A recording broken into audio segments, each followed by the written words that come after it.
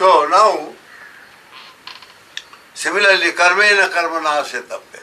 With one type of action, you neutralize the other type of action. So you lead the life, a virtuous life with Sila. Further, you practice meditation.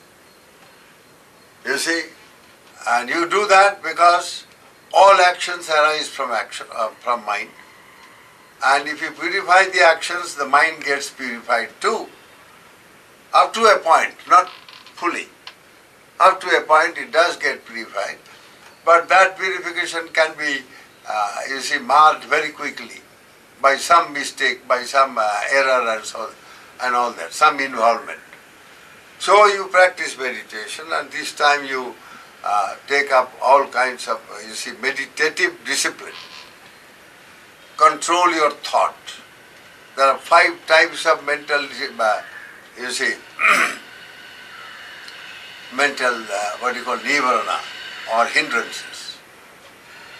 Sensual pleasure is one of them, hatred is another, and laziness is another, or mental restlessness is another, or doubting and cynicism and all that, these are another.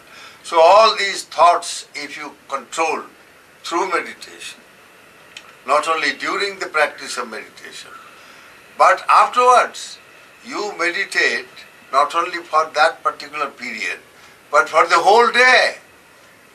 Whatever you have cultivated during the meditation in the form of a pure mind, very calm and very serene mind. Now you keep up that serenity of mind throughout the day and keep up the tempo of purity of mind and development of mind in that manner.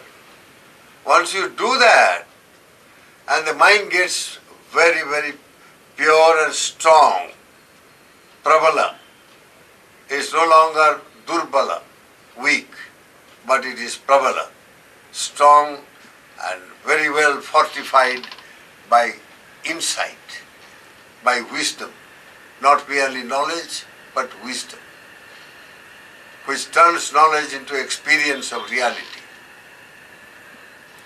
So once you meditate in this manner and you purify your mind, then you also build up the potentials which are within the mind, which are in a potential form in the mind. Now these spiritual factors, which are now latent inside, they are not, active, they don't function. So now by this discipline, first of all by Shila, and then by meditative practice, and then by developing mindfulness throughout the day, under all circumstances. This kind of spiritual discipline automatically makes the mind very strong, powerful, pure, and as this goes on, a time will come when all the 3 cycles in reverse, that is the positive cycles in producing anti-clockwise, rotation.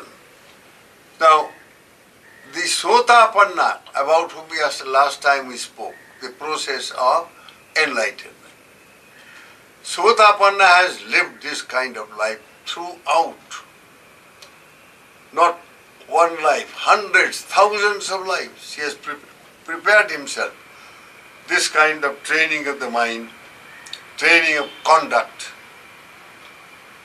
First of all, since you are involved in kilesa, and kilesa creates karma, so you must act in such a way that your action will purify the mind, will remove the kilesa.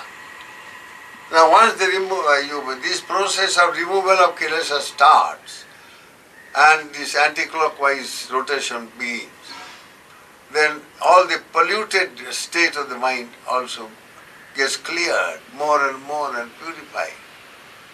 So Sotapanna has done it, and he has come up to a certain level of mental, let us say, spiritual maturity and ripeness. And in that state, when he undertakes the practice of meditation, practice of Shila, practice of meditation, and particularly insight meditation, Vipassana. There are two kinds of meditations. Meditation which just calms down the mind,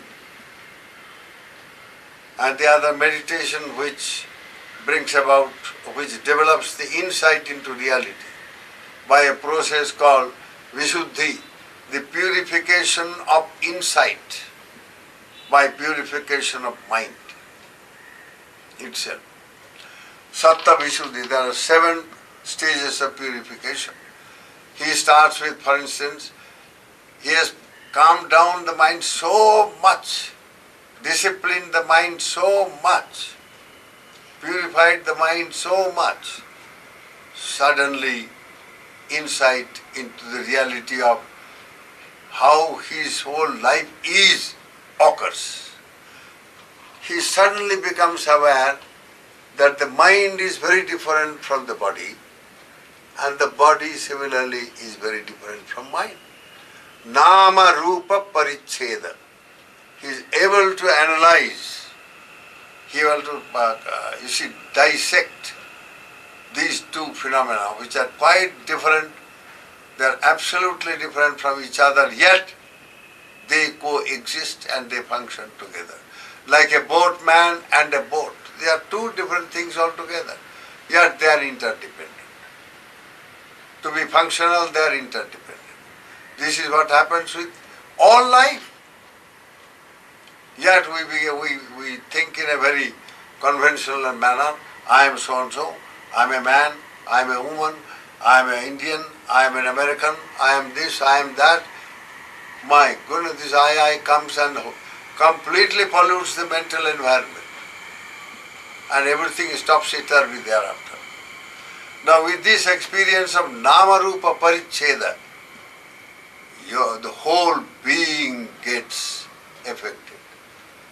Your whole being shakes. You see, the flashes of insight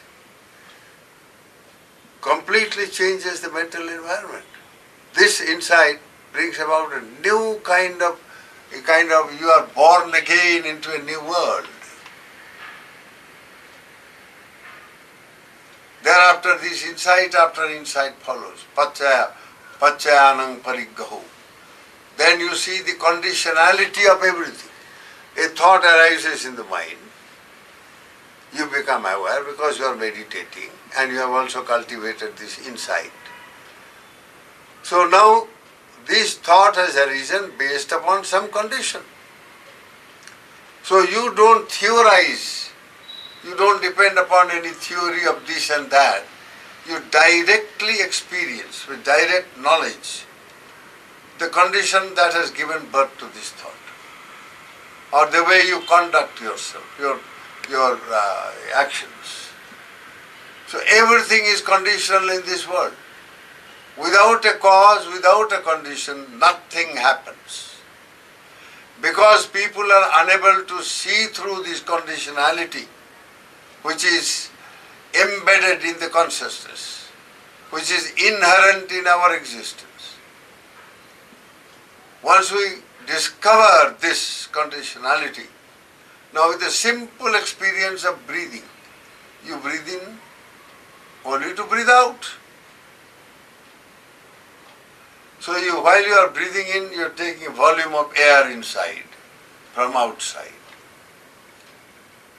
And that starts what is called Kaya Sankhara. Completely the entire mechanism of our corporeal existence, body, starts with that. Depends on that.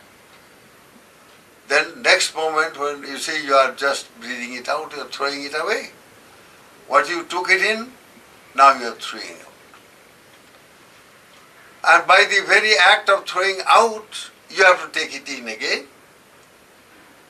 So then breathing in and breathing out one depends upon the other. It becomes a process. So one conditions the other. Now this is how everything in life, every experience, physical or mental, can be dissected, can be penetrated into, very, very clearly to see the conditionality of everything that is in life, so that you don't need to construe or create some kind of a permanent entity called soul or self or I.